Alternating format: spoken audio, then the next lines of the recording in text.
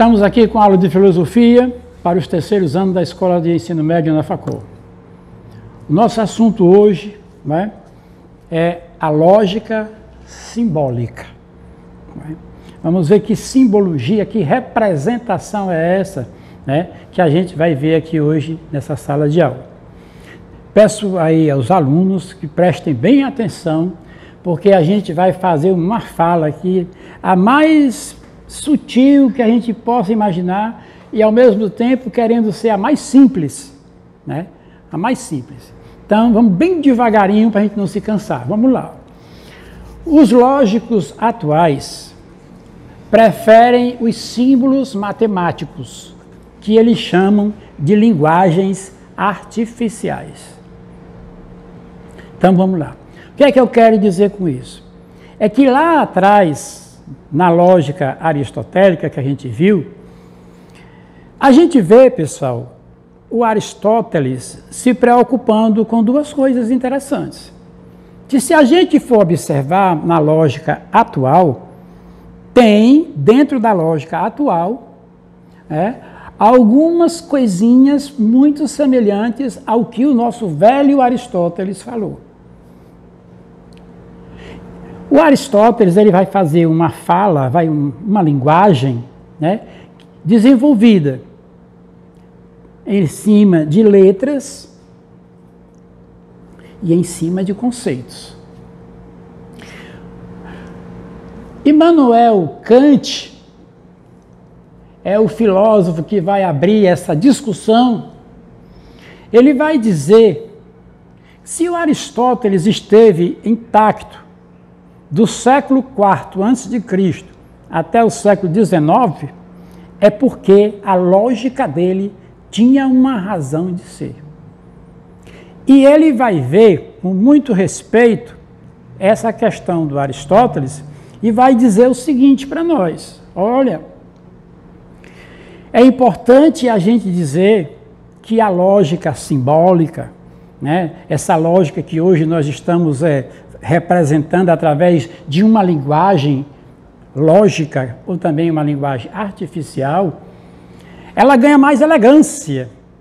Kant vai dizer isso. Se a gente for estudar a fundo, o que a lógica simbólica vai ganhar em relação à forma do Aristóteles é só na elegância, a forma como os lógicos atuais vão expressar, né, essa linguagem.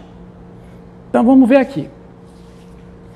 Na página 309, galera, do nosso livro, tem exatamente uma árvore, onde nessa árvore está contido toda essa simbologia dessa linguagem artificial.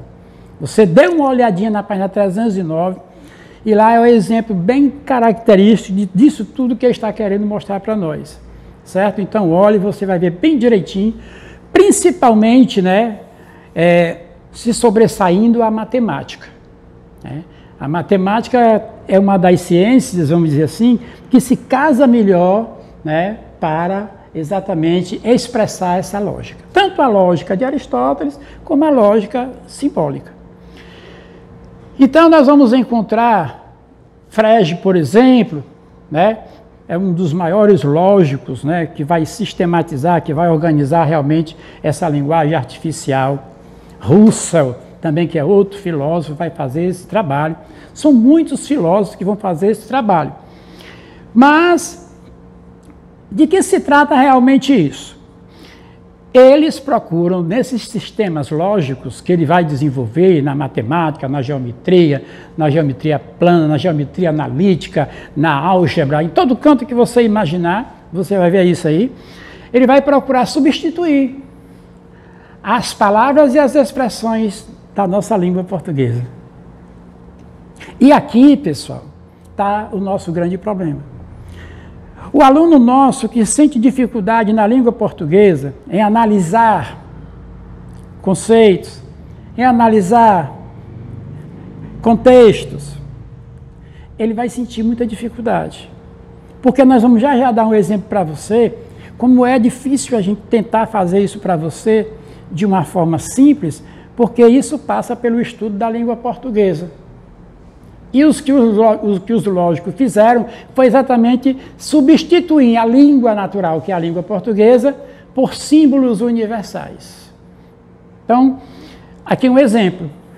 Aí, parece simples. Mário é um aluno. Bacana. E Cláudio é um professor. Legal. Ora, se Mário é um aluno, Mário é um sujeito. Aluno é um predicado daquele sujeito. Ou seja, nós estamos qualificando o nosso predicado, dando uma propriedade a Mário. Do mesmo jeito, nós vamos dizer que Cláudio é um professor. Estamos qualificando um professor de predicado, que é uma propriedade do Cláudio. Mas percebam, essa frase aqui, se a gente fosse estudar ela na língua portuguesa, ela seria o quê? 2 orações coordenadas. Entendeu? 2 orações coordenadas, onde estão ligadas por um conectivo, uma conjunção i. E como na língua portuguesa, entendam isso, como na língua portuguesa, esse i aqui, que está sendo uma conjunção, tem outros sentidos, a lógica faz questão de fazer um estudo mais enunciado disso aqui, mais minuciado, melhor dizendo, disso aqui. Então, observem, na sequência, Mário é M, é um aluno. Então, eu substituí aqui o sujeito por um M. E Cláudio é o C, é um professor. Cláudio aqui, né? Eu estou substituindo o sujeito da frase pela letra C. Substituí o sujeito da frase pela letra M. A mesma sequência. X, que é exatamente o M, que é exatamente o Mário, é um aluno. E Y, que é exatamente o C de Cláudio, que é o sujeito, é um professor. Ok? Então vamos aqui em frente. Agora, o que é que nós vamos organizar agora? Nós vamos organizar esse pensamento. Vamos traduzir tudo isso aqui para a lógica. Aí vem aqui. Lá, quando a gente vai dar o predicado, tá certo? Esse predicado, geralmente, ele vem com letra maiúscula. Os predicados se apresentam com letra maiúscula. Então, eu vou dizer que o X, que é aluno, o M, que é aluno, e que é Mário, que é exatamente o sujeito, passa a ser A, né? A e M. Ou seja, aqui eu tenho exatamente o predicado aluno, tá certo? Acrescido do sujeito. Eu estou dando um predicado ao meu aluno, que é aluno de Mário. A mesma coisa eu vou fazer aqui. O Y, que é um professor, o C, que é um professor, e C, que é Cláudio, que é exatamente o sujeito da minha oração, né? Ele vai ser predicado, né? P maiúsculo, P do predicado do professor, e C, que é o C do Cláudio, que é exatamente o aluno. Aí como fica a representação simbólica? O I aqui, ele está representado, entre aspas, pelo um ponto e, entre aspas, pelo A. Então, a gente vai encontrar na ligação simbólica, ao invés da gente botar o I, ou a gente vai colocar o A ou então o ponto. O que ele vai fazer aqui? Ele vai dizer que o AM, que é exatamente esse sujeito, esse predicado do sujeito aqui, e o predicado do PC. A M, que é a mesma coisa, que é o sujeito, e o A, dando o exemplo, que é o predicado de Cláudio. Ou seja, isso aqui, em outras palavras, isso seria o quê? Uma inferência que eu vou fazer, eu vou tirar conclusões daqui, exatamente para responder isso aí.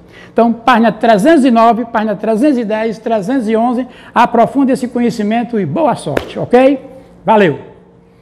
E aí, gostou desse vídeo, gostou desse conteúdo? Deixe seu like, se inscreva no nosso canal. A Escola Ana Facol agradece.